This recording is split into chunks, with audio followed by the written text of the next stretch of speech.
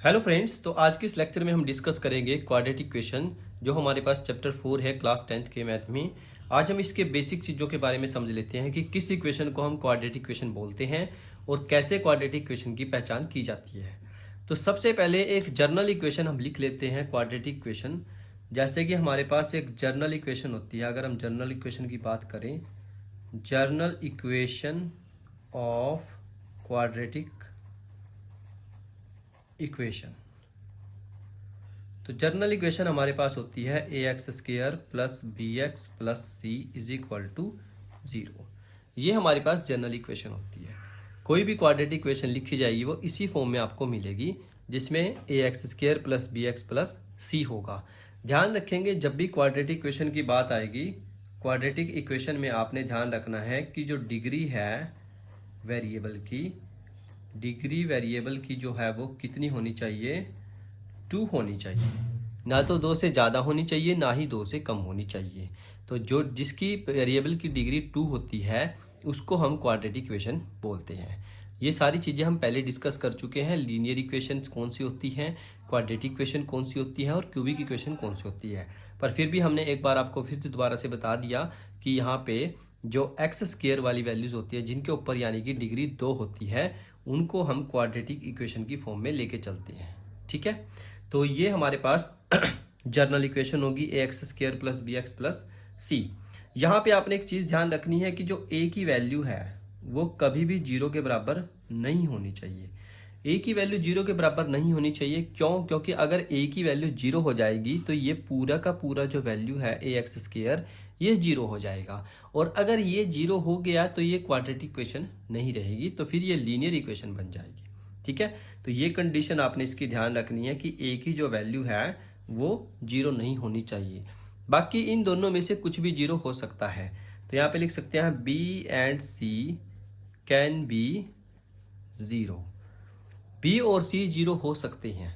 ठीक है, चलिए इसका एक एग्जांपल मैं आपको लिख के दिखा देता हूँ। जैसे x square plus 5x plus 6, तो ये मेरे पास एक क्वाड्रेटिक इक्वेशन है। ठीक है, ऐसे ही एक्स स्क्वायर प्लस 9, ये भी क्वाड्रेटिक इक्वेशन है। ऐसे ही X square plus 4x is equal to 0, ये भी क्वाड्रेटिक इक्वेशन है। ये तीनों क्वाड्रेटिक इक्वेशन है। क्यों है? क्योंकि इनमें हमारे पास डिग्री जो है मैक्सिमम कितनी है, 2 है।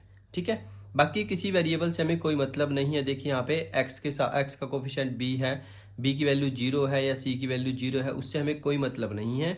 हमें सिर्फ मतलब है कि जो उसमें इक्वेशन में हमारे पास जो डिग्री है वो 2 वाली स्टेटमेंट होनी चाहिए। x के साथ स्क्वायर होना चाहिए। अगर वेरिएबल x है तो स्क्वायर होना चाहिए, अगर y है तो y का स्क्वायर होना चाहिए, अगर कोई भी और वेरिएबल है तो उसका स्क्वायर हमारे पास होना चाहिए। ठीक है, तो सिंपली आपने ध्यान रखना है, तीनों की तीनों हमारी क्या हो जाएंगी, क्वाड्रेटिक इक्वेशन हो जाएंगी। इसके अलोंग अगर हम दूसरा कोई एग्जांपल लिखें, जैसे हमने लिखा 2x प्लस 5, तो ये हमारी क्वाड्रेटिक इक्वेशन नहीं होगी। क्यों नहीं होगी? क्योंकि इसमें हमारे पास a की वैल्यू क्या है, 0 है। ठीक है, a की वैल्यू 0 है। इसका आपको कैसे पता लगेगा? क्योंकि a की वैल्यू 0 है तभी तो ये पूरी की पूरी जो टर्म है ए एक्स स्क्वायर ये 0 की 0 है। ठीक है, तो ये हमारी क्वाड्रेटिक इक्वेशन में नहीं आएगी। दूसरी तरफ कोई और एग्जांपल लेते हैं। जैसे हमने लिख दिया यहाँ पे x square minus 10 is equal to 0, तो ये हमारी क्वाड्रेटिक इक्वेशन है क्योंकि इसमें एक्स स्क्वायर है। ठीक है, कोई भी वेरिएबल आप इसमें लिख सकते हैं। जैसे कि हमने लिखा y square plus 10y minus 20 is equal to 0, तो ये भी हमारे पास क्या है, क्वाड्रेटिक इक्वेशन है। किसी भी वेरिएबल की फॉर्म में हो सकती है। बस आपने एक चीज़ का ध्यान रखना है कि जिसकी डिग्री जो है वो 2 होती है वही क्या हमारे पास क्या है, क्वाड्रेटिक इक्वेशन होती है। इसके काफ़ी सारे एग्जांपल मैं आपको लिख के दिखा देता हूँ। जैसे ये वैल्यूज़ कई बार आगे पीछे भी लिखी हो सकती हैं। जैसे 2 plus x plus 3x square is equal to 0, तो ये भी क्वाड्रेटिक इक्वेशन की फॉर्म होती है। इसमें हमने आगे पीछे लिख रखा है। ठीक है, कंफ्यूज होने की ज़रूरत नहीं है आपको।